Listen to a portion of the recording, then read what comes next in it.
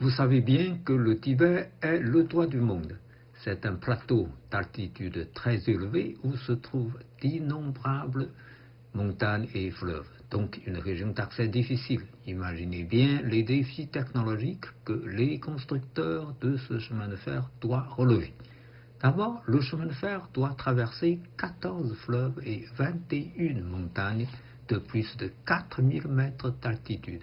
À 11 reprises, on devra résoudre le problème posé par la différence d'altitude de plus de 1000 mètres entre le haut d'une chaîne de montagnes et la vallée qui se trouve au pied. Ensuite, c'est une région qui subit fréquemment de violents tremblements de terre et les éboulements y sont monnaie courante. Enfin, il y a aussi le problème de manque d'oxygène à cause de haute altitude. À cela s'ajoute le climat capricieux, à savoir que la différence de température entre le jour et la nuit peut atteindre 35 degrés. Tout cela rend évidemment les conditions de travail extrêmement difficiles pour les constructeurs.